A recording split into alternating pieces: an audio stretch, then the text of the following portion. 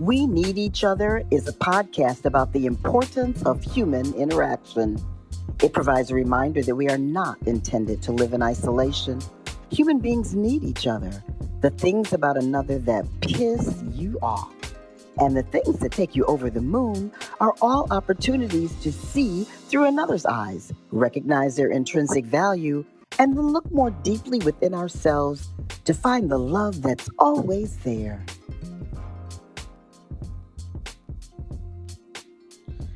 It's been a while, folks, but we're back. We need each other. It's been a while because I've been waiting for something like this that we have here today. I'm so excited about this guest. She has such a special place in my heart. So I'm just going to read her amazing bio. So tune in, listen, we need each other. Dana King is a classical figurative sculptor who creates public monuments of Black bodies in bronze. I love that. King's work explores a subversive concept in a traditional form. She rescues everyday Black American heroines and heroes from unjust obscurity and then ennobles their tenacity and courage through figurative sculpture, recontextualizing a medium often used to elevate Eurocentric and white supremacist statuary. Across countless generations, African elders and their descendants have communicated culture, history, and wisdom through storytelling. Dana King continues that tradition in bronze, resurrecting love and truth from America's buried past. Intense research shapes such memories, empowering King to create art that invites people to understand themselves and their lives in a connected and compelling way. King's public sculptures are in the Bay Area and across the country. In addition to her most recent bronze bust of Dr. Huey Newton installed in West Oakland, California, so happy I had a chance to be there. Her life-size bronze artwork is in South Berkeley, California, New Haven, Connecticut, and at the Memorial for Peace and Justice in Montgomery, Alabama. She also just installed and dedicated Monumental Reckoning in San Francisco's Golden Gate Park, the first African-American woman to create a sculptural installation in the park representing the history of African descendants. King prefers sculptures because they inhabit space, and space is power. She prefers sculptures because they inhabit space, and space is power. She believes sculpture provides an opportunity to shape culturally significant memories that determine how African descendants are publicly held and remembered. Equity and justice are integral to Dana King's art practice. Dana. Welcome to We Need Each Other. I'm so happy to have you here. I'm wondering, how does it feel to be this version of Dana King? Woo! What's your experience of it? This is my third career, right? Yeah. And I'm 61. I've been sculpting for a little over 10 years. I had 10 years? Wow. Yeah, that's it. I had no idea I could sculpt. None. I took a weekend course with a master sculptor. It was incredible. So a friend asked me, she wanted to take this course, and it was in Sacramento, and I live in Oakland, and she didn't want to drive there by herself, and so I said, I'll go. Why not? Oh, wow. And so it was just the weekend, right? By Sunday, I drove back by myself, told her she had to go on her own. I walk in, and I tell this man, listen, I can't stay. I'm full. I got no more room. I just have to go and do this work. And he was like, okay. And I turned around and left. And that was the beginning of it. And I worked in my house at the kitchen table. My first sculpture was my then teenage daughter, who so did not want to pose for me. So it's like, And so I still have that sculpture. Do you? Yeah. And because we all start from nothing. We all start at the same point. And I think it's important to always remember that whether you're speaking with someone who's just starting out or they're trying to find their way, no matter what it is, look, we were all there. And it's an important reminder. Yeah, forget absolutely. That. So I knew you. So it's interesting. As I was preparing for this episode, I thought, well, I knew her when she was an account executive. Was she something before that? You were working at ABC, in Los Angeles, and then all of a sudden, you were on the air in Los Angeles. We're like, wait, what? How'd you do that? And then, when I knew you more personally in life, you were painting, and your painting was beautiful. And then I come to find out you're doing this sculpture. So, how do you recreate? I think it's a lesson, and I don't know if you could even explain it, but you do recreate yourself. And I think a lot of people could use that skill set because I think people stay stuck often when something is calling them. Like you said, you left and you said, I got to go do this work, Yeah. But still, it didn't happen. I mean, I did it, but I didn't make it my profession for a couple more years. But I think, right. Like I've always had goals. Like I had a 10-year goal and a 5-year goal. And now I don't have those goals anymore. But within the time period of the goals that I set, I allowed myself to take different paths within them. And I sold airtime for 5 years at a high level. We were in LA, the second largest market in the country, and we sold mainstream media airtime. Know how to read a rating book and deal with media buyers and the whole thing. And I carried an $8 million list when I was in ad sales, and I wanted to run a TV station. That was my goal. That was my 10-year goal while I was a sales rep. And I just happened to have the kind of boss, his name was John Severino, who liked to move his people around, Seth.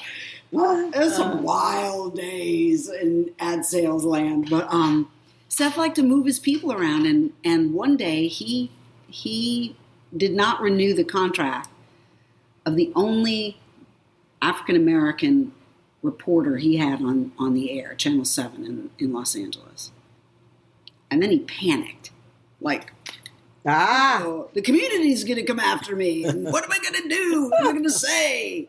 And his secretary, a woman named Verla Ramel, said, well, why don't you hire Dana? Seriously, that's how it happened? That's how it went down. And so he calls me into his office. And this is the true story. He calls me into his office and he sits me down and he says, listen, I want you to be a reporter. And I said, where? And he said, in what was it, the second largest market in the country? And the number one station in that market. And the number one station, right? So I'm like, what are you talking about? Okay. Where? Like on radio, maybe? He said, here. And I said, no, I'm not interested. And he said, I don't think you're hearing me. He said, I want you to be a reporter. And I was like, oh, okay, I get it. Oh, all right. So we negotiated this thing. I said, because what if I don't like it? I'd like my job back. And if you don't like me in this position, I'd like my job back. Yeah. Right? And he said, okay. And so we agreed on 18 months.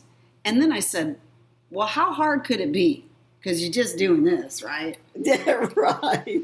Let me tell you something, Fran. It's the hardest thing I have ever had to do. It's hard. It was hard learning how to be on TV. And I did it for 25 years. Yes. Then you were an anchor in San Francisco Yeah, in the but evening news. I was a reporter for a long time. I worked at the network, and then I had a daytime show, and they canceled that. And Right. I was going to leave the business because I was like, oh, this is, bleh. And I got a call from San Francisco, the CBS station out here, and he invited me to come and work there. I mean, it was just like that. I'm like, yeah. I put the phone down and said, "Can you hang on one second?" And I yell at my then husband. I'm like, "Hey, you want to move to San Francisco? There's a beat." And he was like, "Sure." I mean, that's how come my life has gone. Seriously. Right. And sure enough, man, we moved out here. It's beautiful. And I worked on the air here for 15 years. But I did not want to grow old on TV because I did not want some man, and it would be a man, because I never worked for a woman. It would be a man who would say to me, Dana, you need to pull this back and, lift this and maybe lose a couple pounds while you're at it. No. And you had a thing about your white hair on air, right? As I recall. Yeah. I cannot tell you the whole truth. You were standing up for your rights. I have an NDA, but I can allude to the truth of it. Okay. So,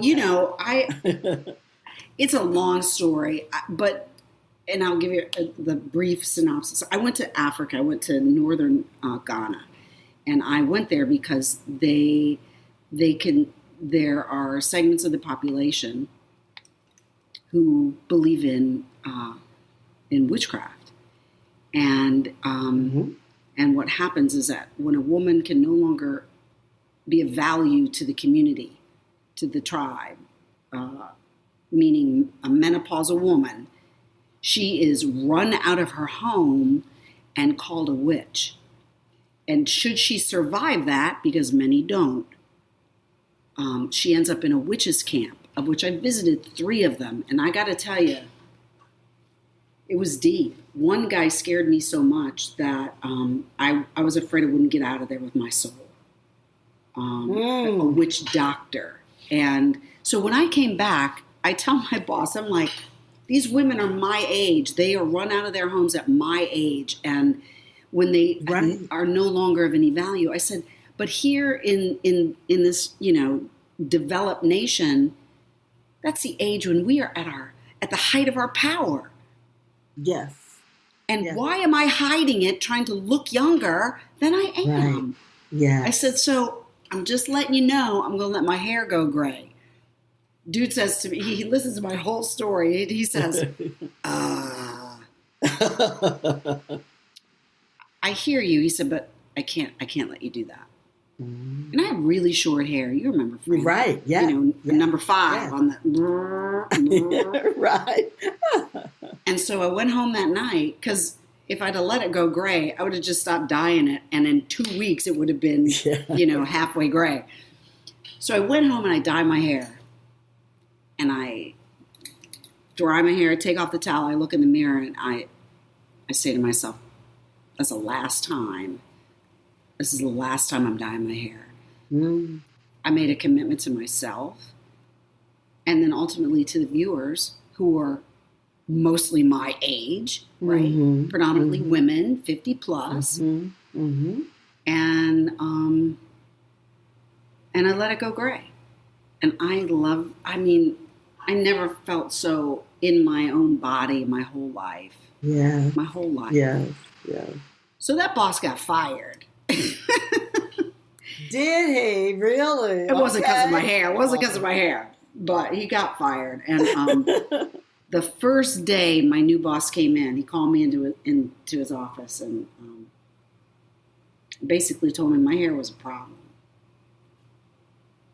And that's as far as I'm going to go. His first day. His first full day. His first day. Yeah. Right. And needless to say, the end of the conversation, and I wish I could tell you the conversation because you would be like, no, he didn't. I'd be like, yeah, he did. But I can imagine. I told him at the end of the conversation, look, you do what you have to do. It's your candy store. You come back at me and make one pass. And if that is not acceptable, then we're going to have to go to court. So they came back, me made a pass, and I was gone in 7 days. 7 days. Wow.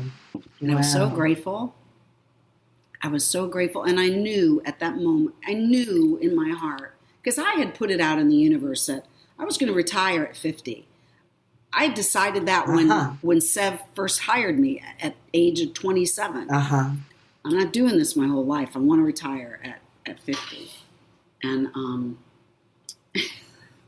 I was 52. I missed it by 2 years, but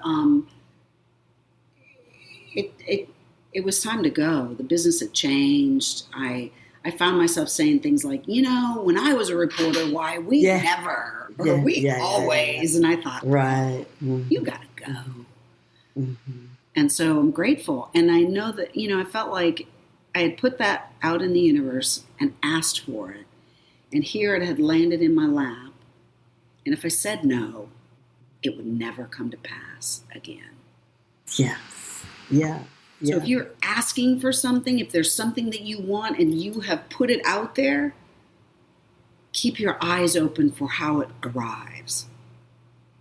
Yes, exactly. And then say yes. Because people miss it a lot.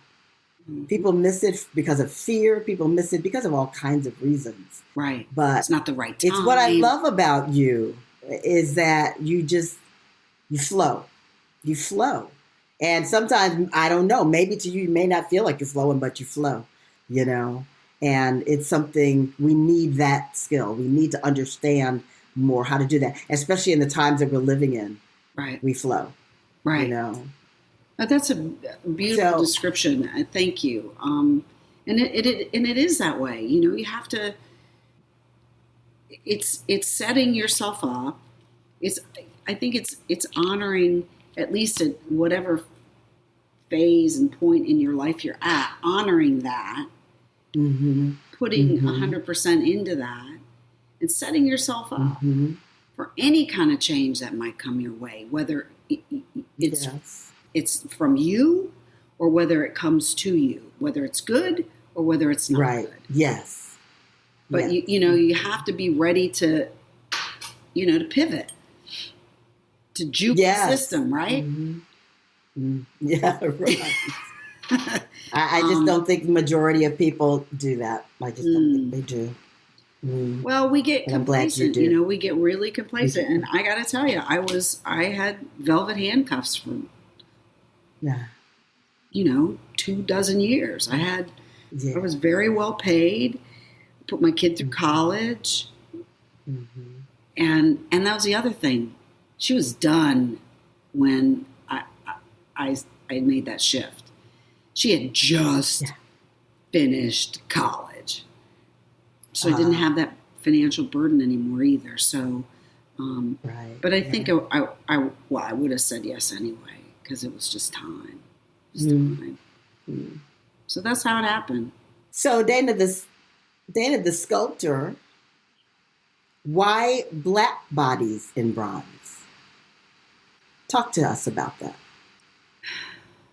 Well, the majority of the sculptures in the world are Eurocentric, at least in developed nations. They're Eurocentric, and they tell the story of white exceptionalism. And they're in spaces that are public and available to all of us, but statuary, because it takes up space, and that space is power, can exclude people and make people feel unwelcome. All of the statuary in Golden Gate Park is Eurocentric until Monumental Reckoning. 20 million people visit that park every year from all around the world. And yet the only story they see is a story of European descendants.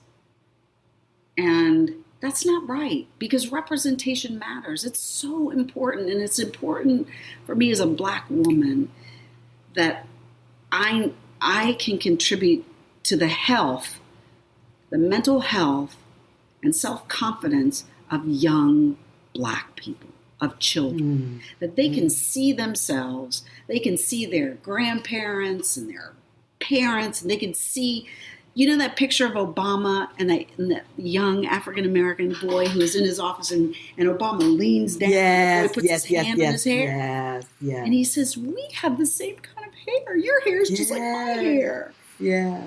That's so important. Mm-hmm. And that's what Black Bodies in Bronze provides. And it tells stories of our greatness. And it tells stories of African descendants that go well beyond enslavement. And because we built this country. And I mean, the things that I've read about the plantation, the building of plantations, the carpenters would number every part of the house, every piece of wood, so that they could take it back down in places like in South Carolina where it's super hot in the summer and humid, and then go rebuild it at the lake area, where it's cooler. So I mean, that's genius. That's genius. That's a level of construction that doesn't exist today. Yes, right. I mean, but examples of stories like that, that are not just invisible. They're intentionally buried. Mm-hmm. Exactly. Yes. Intentionally buried, and we need them. We all need those stories. We need to have the 360-degree view of the telling of the truth of American history. And that's so. Do you believe that it does elevate all cultures to understand those stories, those hidden stories of Black people?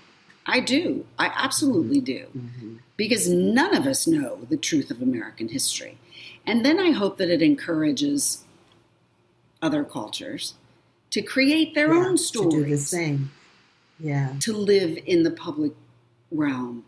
Because we're not told their stories either. And so we all suffer for this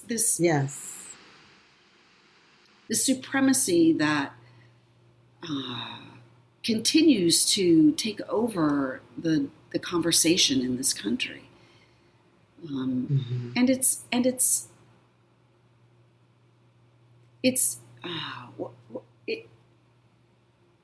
the story is it's just a partial story. And so even in the telling of the Eurocentric story, it's not told in any context. And it lessens, I think, their story as well as ours. Yes. So, yes. People are trying to figure out what to do with the Confederate monuments that were intentionally created to harm people, well past the time in which the people being honored existed and lived. And I used to think, okay, give me a wrecking ball and I'm going at them. I'll tear them all down. Yeah, right. But I don't feel that way anymore. I really think that we need to tell that story in context. Yes. Along with the other stories. Exactly. And in Golden Gate Park, my hope is that this beautifully manicured park that is visited by so many people will see statuary and other art forms that are important to the other founding cultures here in the Bay Area, indigenous native tribes, Chinese Americans, Japanese Americans. I mean, California was not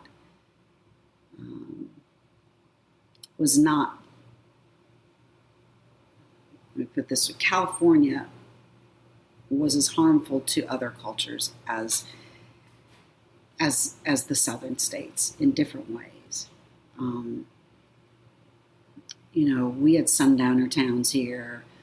We hung people here. We hung Mexican descendants, we hung Native Americans, we hung African descendants, we hung Asian descendants. And, we had the Chinese Exclusion Act here. The Oregon state, you couldn't even live in the state. You couldn't be in the state, really, if you were black. Literally, you couldn't own yes, that's right. a stick in the state. Yeah. That was written into the Constitution of Oregon. I mean, so the history is deep and wide here on the West Coast. And a lot of people, they don't believe that. But it's true. Exactly. Don't know why we would make that up, but people don't believe it when you tell them. Yeah. Exactly. Right. Really lying about that. Yeah. So that's why I do it. I tell the story. They say if you're a writer, write what you know. Right. That's what I know. Right. So when you took that weekend class, did you know that it was this that was calling you? I had no idea. You just knew that you had to do the work. I knew I wanted to do the work. And in wanting to, I would have to, right? If that makes sense. I hadn't had my hands in clay since I was a little girl. We all made those little ashtray, bowls. Yeah, and stuff. right. I did one of those. Right. Yeah. And, or little art things but that was the extent of my working with that material. And I loved it. And I loved it because, as a painter, like I was getting my MFA in fine art painting, and because I really wanted to learn how to paint, right? I wanted to know the steps, and I wanted to know the materiality, and I had a desire to do that. And in painting, you're working 2D, but you're trying to create the visual of a 3D, the same kind of impact as a 3D object. And and once I created something actually in 3D, I was like, oh, well, yeah, that makes it easy, right? I'm not pretending to make it in 3D. It is in 3D. It is, yeah. And I loved it. I fell in love with it, and I'm still in love with it. Can you take us, if it's possible, through what that process feels like? For instance, maybe if you use Huey Newton or maybe some other sculpture that you've done, like when you conceptualize it and when it was coming out of your hands, and what is that experience like? Well, most of the people that I create are no longer alive. I mean, I am working on a sculpture right now of a man who is alive, and so he comes and sits with me. But Huey was difficult. First of all, he was physically beautiful. He was fine. And I used to come into it took me like 2 weeks to calm down, because I have pictures of it. I have big photographs all around my studio. And I would come into my studio and be like, hi, Huey. How are you? Put a little lip gloss on and stuff. You know? And I really couldn't get past that physicality, that beauty. I had a hard time initially. And so once I got going on him, Frederica, his widow, who commissioned this, she would come by the studio, and I forget that I know where it's going, but right now it's not there yet, right? And so she came in at one point and she was like, oh, Lord, what have I done? What have I done? It's never going to look like Huey, And, but, I wasn't worried. But she really helped because she put her hands on his face, and, that muscle memory, that, because he was snatched from her life so violently, and she was so young, and but she would touch him and tell me that his lips were a little thicker here, or his cheek was a little higher, and that was incredible, incredible, and so helpful. But people just wanted to be here in this space and be with Huey. But it took a while. But then Huey showed up, and I mean to say he showed up in my studio. Huey was here. He was with me. My grandson knew it. My grandson talked about the Black Panther in my studio before I had even set up the clay. I kid you not. The morning I was going to tell everybody that I got this commission, because I don't tell people until I have it, locked down. I'm working on this. I'm working on that. No. Yeah. So I was going to get up and tell them this the morning after Frederica and I decided to do a bust of him. And Joseph, my grandson, came into my bedroom, like he does every morning, and he said, "Grandma, there is a panther in your studio." And I said, "A panther?" He said, "Yes, Grandma, a black panther." I grabbed my phone. I started to text my daughter, and I said, "Is he been watching the Black Panther movie, or has he got a Black Panther game?" She said, "I don't even know where his iPad is." And that was the first time Huey showed up. How old was your grandson? 4. 4. Mm-hmm. So he's really close to that, right? In terms of being birthed and, coming from wherever it is we go to and come from. And, but Huey was in my studio. I mean, there would be times I would be so in the zone. I could feel him here. I could feel him. And, I finally had to tell him, "Look, Huey," when he was done, I'm like, "You got to go. You got to go. We're going to put you up back. We're going to take you home. We're going to put you back in West Oakland." And his presence helped to guide me as well. Yeah, that's what I was going to ask. Was it a guiding presence that you were feeling of him? Yeah. And I bought this place from Sculptors. And and she was a figurative sculptor like me, and he was an abstract sculptor, and he worked with nature and recreating nature, natural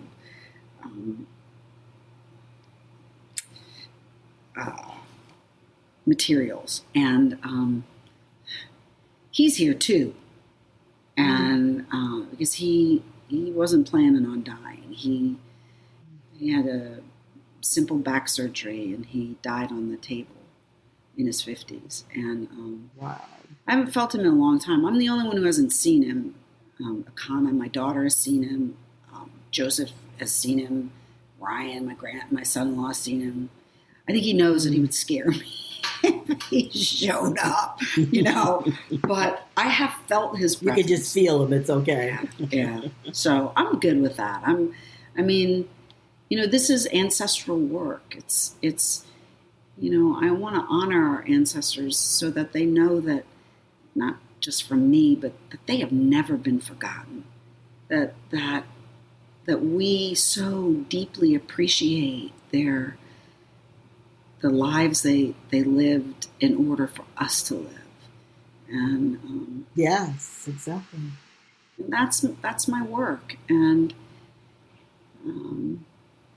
I have a love of all art, most art. I'll say most. Because some of it, like if you go to a museum with me sometimes, I'm like, the hell is that?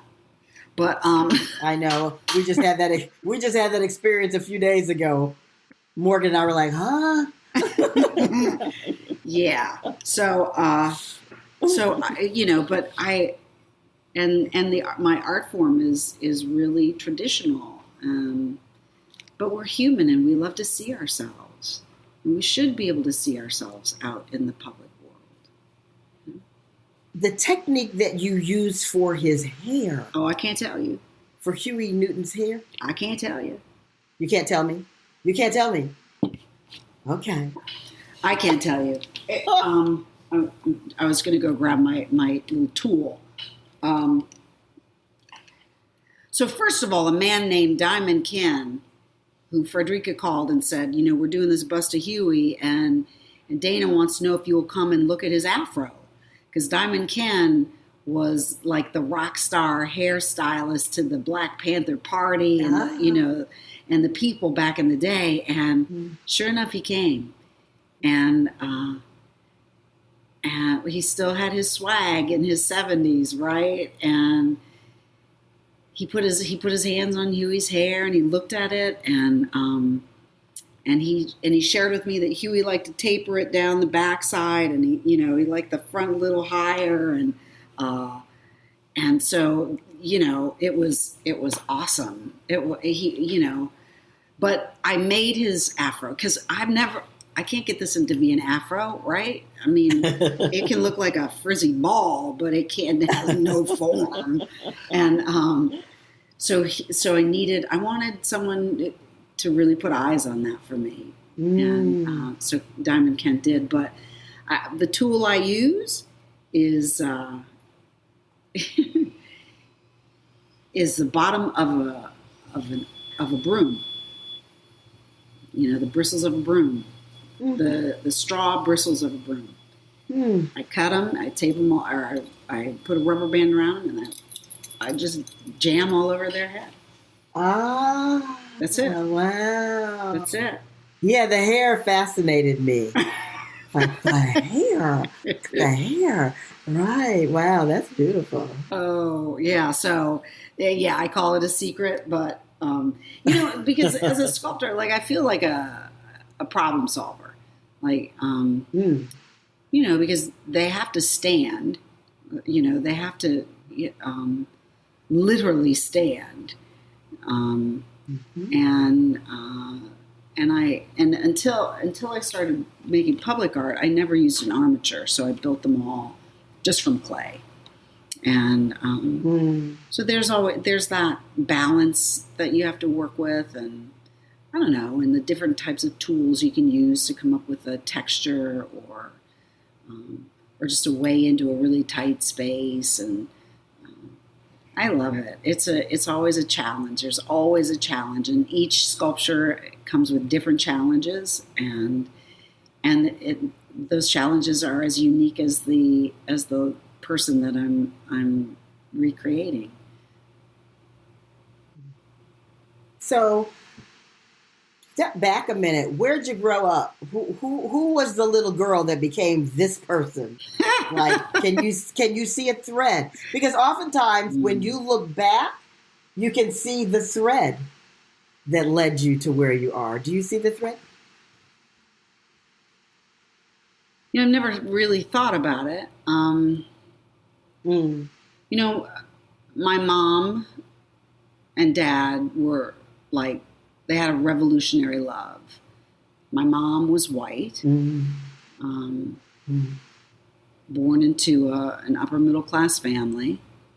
My dad was black, born into a middle class black family. All of his sisters went to college. He started in college, but he didn't like it. And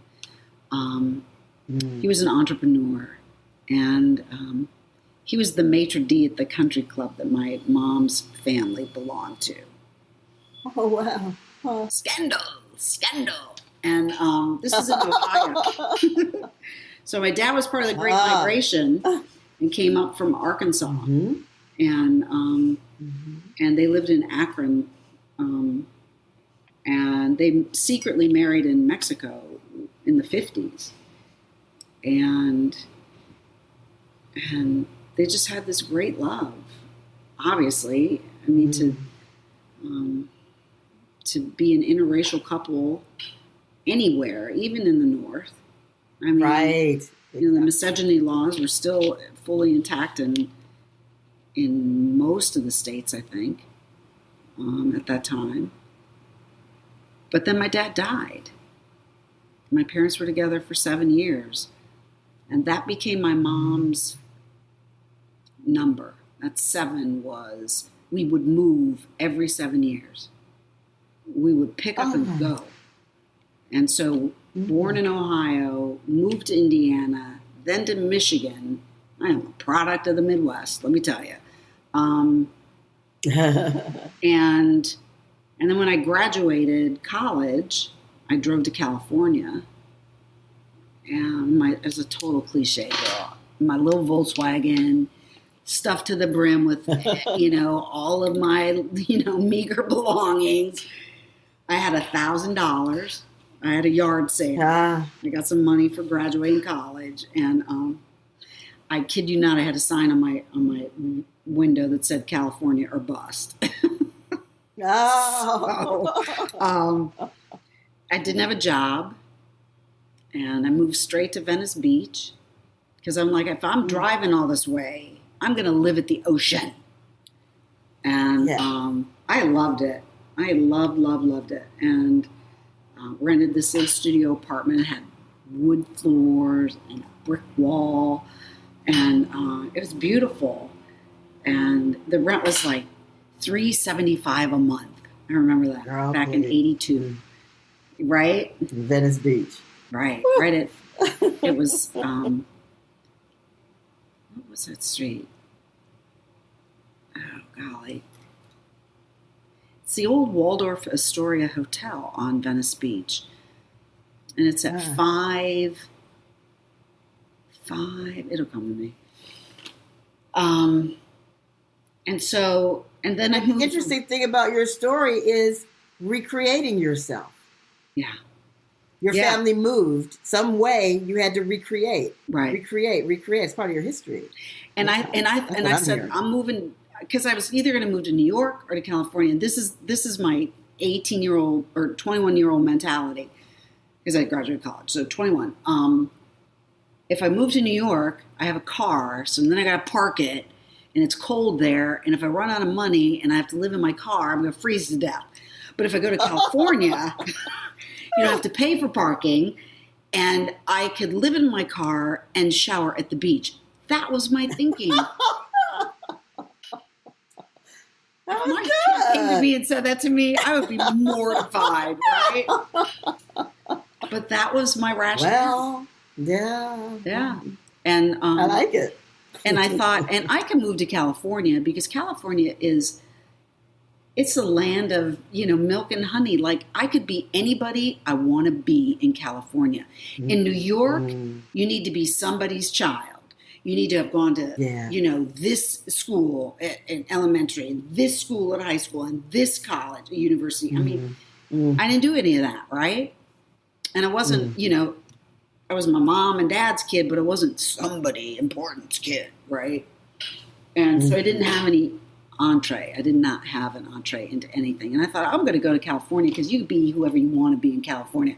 I could dye my hair purple and pick up a British accent, and no one would question me, right? Exactly. And that's kind of still the same way that it is today. So, it's still the same way today. Yeah. Except for it's prohibitively expensive to live here. It's outrageous. But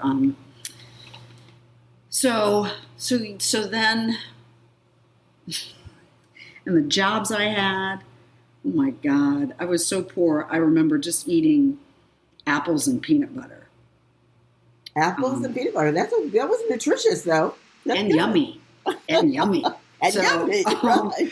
But I had my first latte when I came out here. And I got to tell you, so I moved to Venice Beach, and they have all these open grocery stores and stuff. Okay, you don't get fresh food like that back in you just didn't grow up like that in the Midwest. There were things I had never eaten. No. And when I had my first fresh green beans, I'm like, they're crunchy and they're super green because we eat them out of a can, right?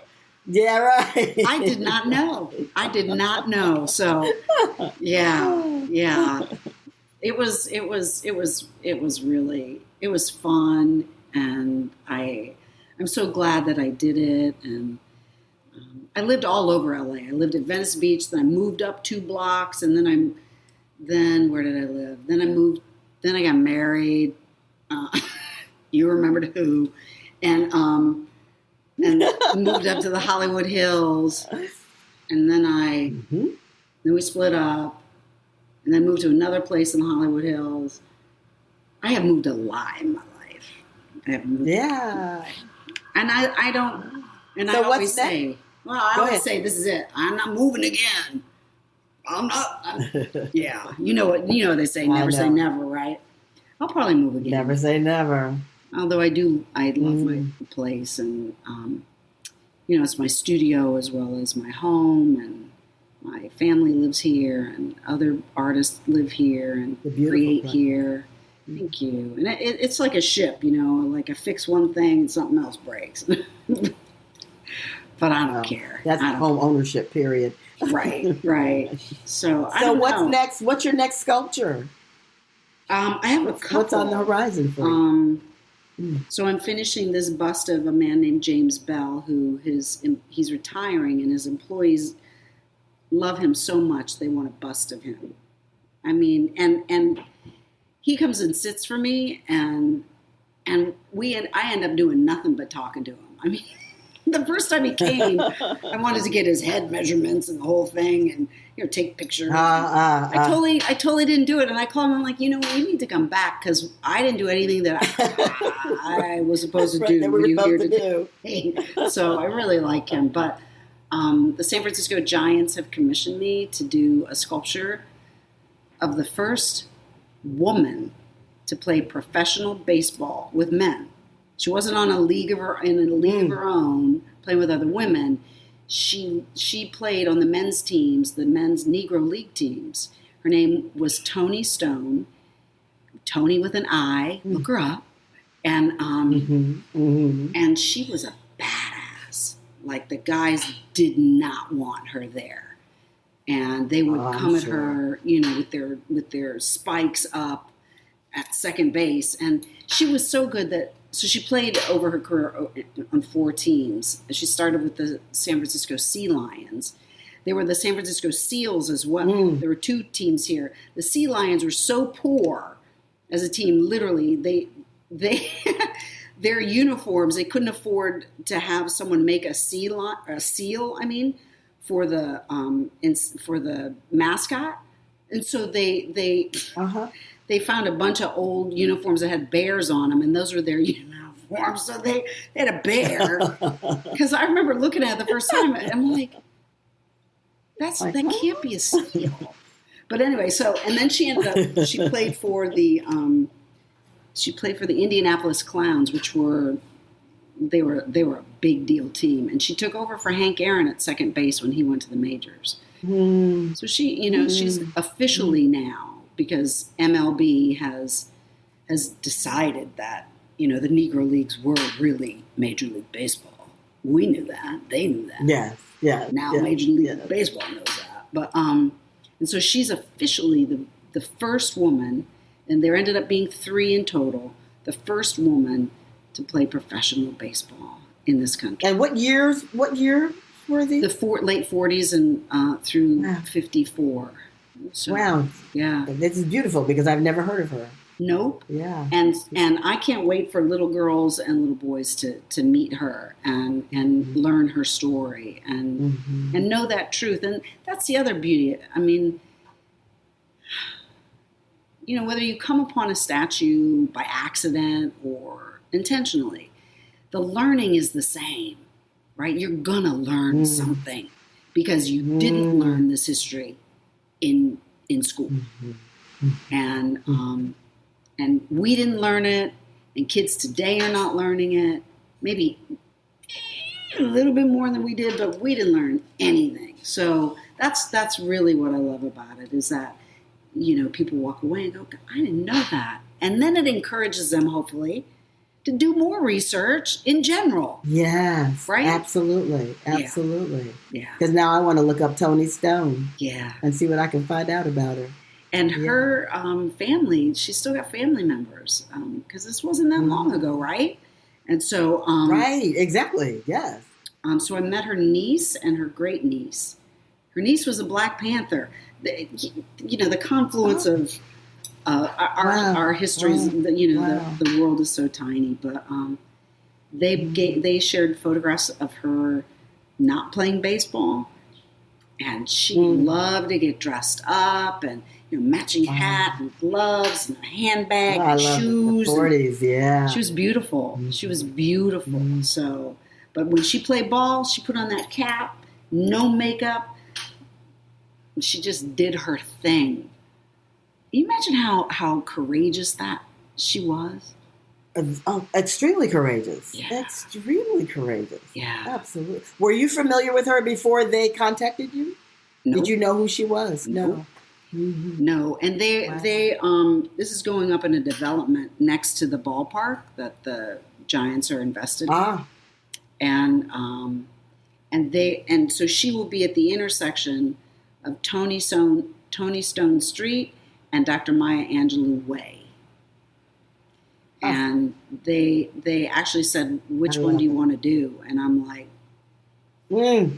Maya's going to have a sculpture here in San Francisco, in the Bay, fairly soon. An artist is going to create a piece that will sit in front of the public library in San Francisco. Her name is Lava Thomas, so she's going to do that. And I'm like, she's getting one already. So Tony needs one.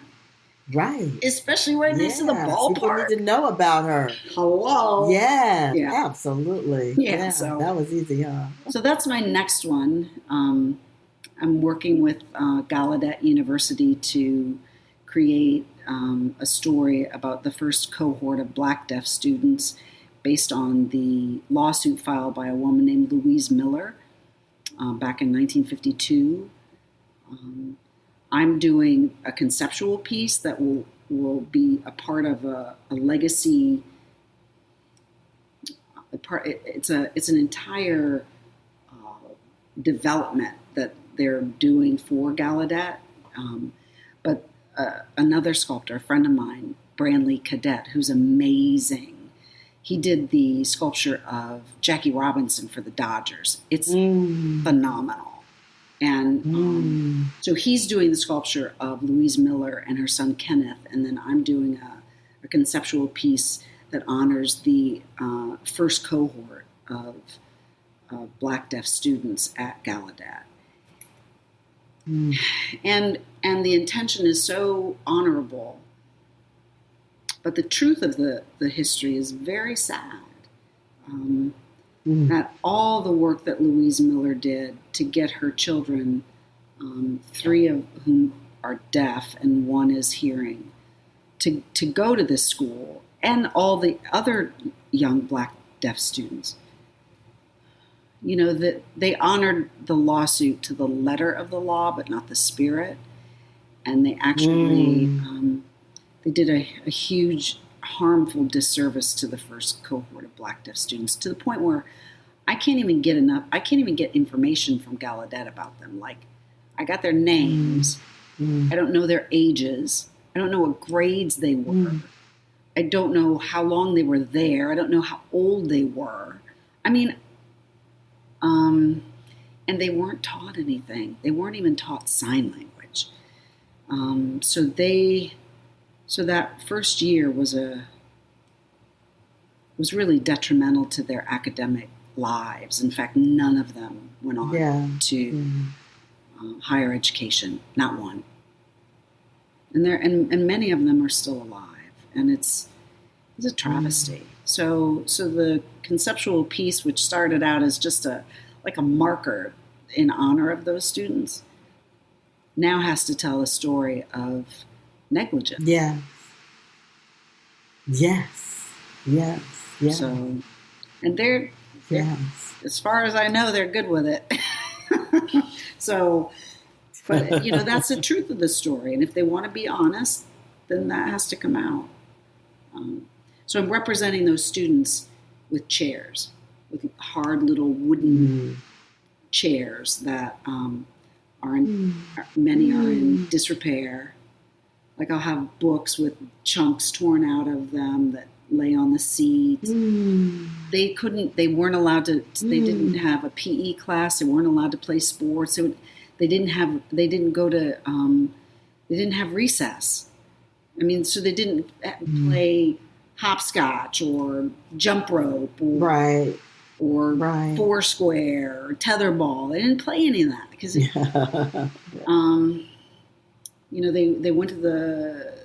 went to lunch and then they came back to their classroom. Their teachers were black and had to have a higher level of education than all of the other teachers. Most of their teachers were master's degree, and they were all ostracized and kept apart, segregated from the other students.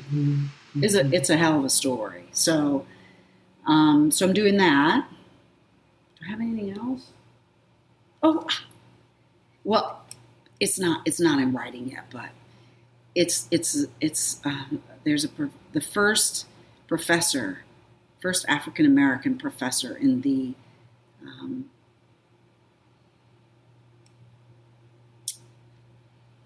in the top tier universities in this country, the Harvards, the Yales, the Seven Sisters, the Cal system. First black professor in that system I'm going to do a bust of. And he was at Cal. And so I'm excited. What is his name? His name is Joseph Geer, Gier, Professor Joseph Geer. And this group of, and it's coming, he taught, it's the School of Electrical Engineering and Computer Science. They want to honor him, and they want other people to know that their school, that this department was, this was in the 50s, 40s and 50s, and he had patents and the whole thing. I mean, and he, if you think about it, they didn't hire black people because the students were all white. And the students, they held their professors in high esteem. So this black man was their superior in all ways. And but he had to earn it, right? Oh, of course. Right? Absolutely. But he did. And he invested in his students, in their growth, and he's just as well known in the system as being that professor as he is for being, an African descendant. But it was he had high blood pressure. He died at the age of 50, I think. Yeah. Oh. So it's not in I have this image. I have this image of this beautiful book that is about you and these beautiful images of your sculptures, but it's such this history lesson. It's like this history lesson of these things that we everyone needs to know and understand, and the beauty of what it is that you're bringing. And my heart just is so opened by you and what you're teaching, and the creativity that comes out of you is amazing. I don't think I could have done it at any other time in my life. This is happening when it's supposed to happen. And I really believe that if you have something in you, it's going to come out. Whatever your gift is, it's going to come out. And it will come out when the time is right. And if you allow it, Dana, a lot of people just don't allow it. A lot of people, maybe a majority of people, don't allow it because but that's not what I do. This is what I do. Or the biggest thing I hear is, well, I don't know how to do that. But you don't know how to do. You take a step. You listen. You follow. Somebody says, hey, I'm going to take this class. I don't want to drive by myself. You're like, oh, okay. You didn't know what you were being guided to, but you were willing to say, oh, okay. You didn't say, well, no, I can't do that because, that's not on my calendar for today. You know what I'm saying? Right. A lot of people are just that wound up and that unwilling to shift and make change and flow. So you did the same thing, Fran. Do not make. Well, yeah.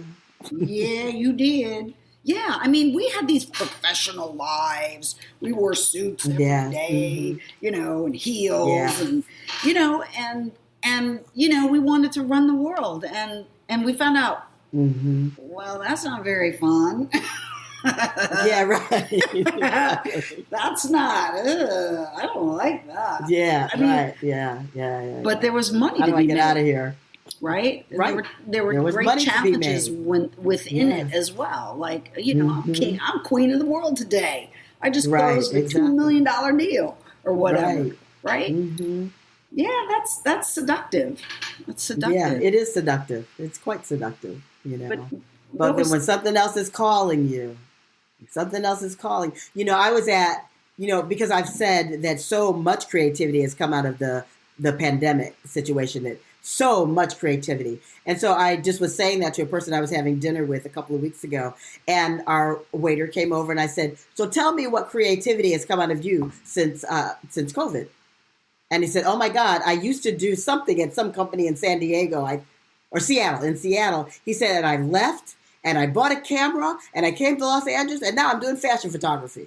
It's like, good for you. Yeah. Yes. Yeah, and I'm supplementing that shift by waiting tables. Big deal. Waiting on you at this restaurant. Right, exactly. Right. But we also have to drop our need to be perceived as important out in the world, right? That's right. Mm-hmm. Like, I drive a truck because I need a truck. I love my truck, don't get me wrong. Mm-hmm. But, I don't, that whole, how am I looking to the outer world? Right. That stops a lot of people too. It does. Absolutely, right? It does. Like, I don't go out of this house like a mess. Because I got to get to the store that sells clay. You're right. Before they close. Right. And I'm going to run by the grocery store on the way back. I don't care. Doesn't matter. Right. It doesn't matter. And, and if it's a problem for someone, well, then that's their problem. That's their problem. Right. But I wasn't always like that. I cared what people thought. And now I don't give an I just can't. Because there's not enough time for that. No.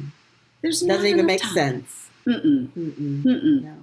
But the world is built on hoping that people feel the need to live up to other people's standards. That's exactly right.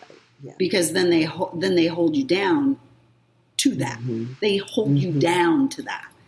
And which is why social media is filled with lies. Yeah. So much it's only going to get worse. I know your life. Your life doesn't look like that, Yeah. I didn't even know how to turn the filter on my phone. Like, I see some women and I'm like, well, how does she look that good? Right, but exactly. Yeah. I know. You know what? Because really, here's the thing. So my mom, God rest her soul, you know my mom. You met my mom, right? Yes, I did. Yes, you did. So, girl, please, yes, Yeah, you know my mom. So my mom has lied about her age. Well, lied about her age her whole life. Yeah. And she would want me to lie about my age. She would be like, if anyone asks you, you tell them you're just 32. Mom, I'm 45. Right? Like, I'm not fooling anybody here. Right. And so, but she lied about her age really until the day she couldn't lie about it anymore. Mm-hmm. And her husband knew her age. She thought she was fooling him. And and what I want to say about that is, like, when you're younger, you can get away with that. But when you're younger, you don't lie younger. You lie older. Like, you lie older. Right. I'm 32 when I'm really just 24. Mm-hmm. Right. Right. But at some point, you cross the meridian. You cross that line where, if you lie about your age younger, people will be like, "Ooh, I know, right? I wonder what happened." Right? I wonder if she had a serious illness or something a few years back. I mean, because you're not fooling anybody. So no, it's just be honest. So silly. Just be honest. Yeah, about everything. Exactly, because it's not a thing. It's not a thing. It's not a thing. And and the only people we should be trying to impress is a God within us, right? And living up to the ideal on that note, that right there, the God within us, because that is what you demonstrate all the time, Dana.